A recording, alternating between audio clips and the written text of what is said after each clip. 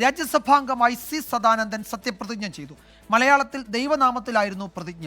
രാഷ്ട്രീയ ആക്രമണത്തിൽ ഇരുകാലുകളും നഷ്ടമായ സി സദാനന്ദൻ സമാധാനത്തിന് വേണ്ടി നിലയുറപ്പിച്ച ആളെന്ന് രാജ്യസഭാ അധ്യക്ഷൻ ജഗദീപ് ധൻഖർ പറഞ്ഞു.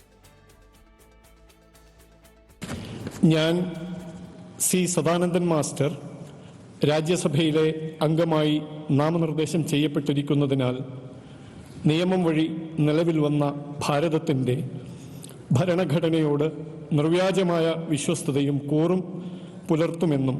സി സദാനന്ദൻ ഇനി രാജ്യസഭാ അംഗം. മലയാളത്തിലായിരുന്നു സത്യപ്രതിജ്ഞ.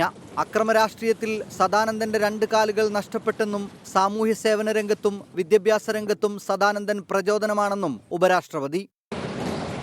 A retired teacher, devoted social worker, after losing his both legs in a brutal act of political violence in 1994, he remained steadfast in his pursuit of peace and national commitment.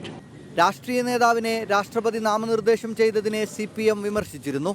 മറുപടി ഇങ്ങനെ: അസാധാരണത്വമൊന്നുമില്ല. സാധാരണ നിലയ്ക്ക് രാഷ്ട്രപതി നാമനിർദ്ദേശം ചെയ്യുന്ന 12 പേരിൽ ഒരാളായി മാറുക. അന്തർലീനമായി കിടക്കുന്നത് നരേന്ദ്രമോദിജി എന്ന പ്രധാനമന്ത്രിക്കും അദ്ദേഹം ഉൾപ്പെടുന്ന ദേശീയ സർക്കാരിനും നമ്മുടെ കേരളത്തോടുള്ള വാത്സല്യവും സ്നേഹവും കരുതലുമൊക്കെയാണ്.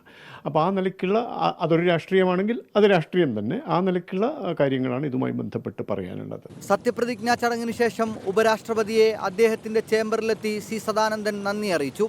ഭാര്യയ്ക്കും മക്കൾക്കും BJP നേതാക്കളായ V മുരളീധരൻ, AP അബ്ദുള്ളക്കുട്ടി എന്നിവർക്കൊപ്പമാണ് സത്യപ്രതിജ്ഞ ചെയ്യാൻ സദാനന്ദൻ പാർലമെന്റിലെത്തിയത്.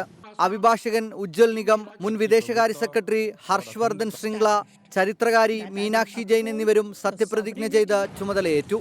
24 ഡൽഹി.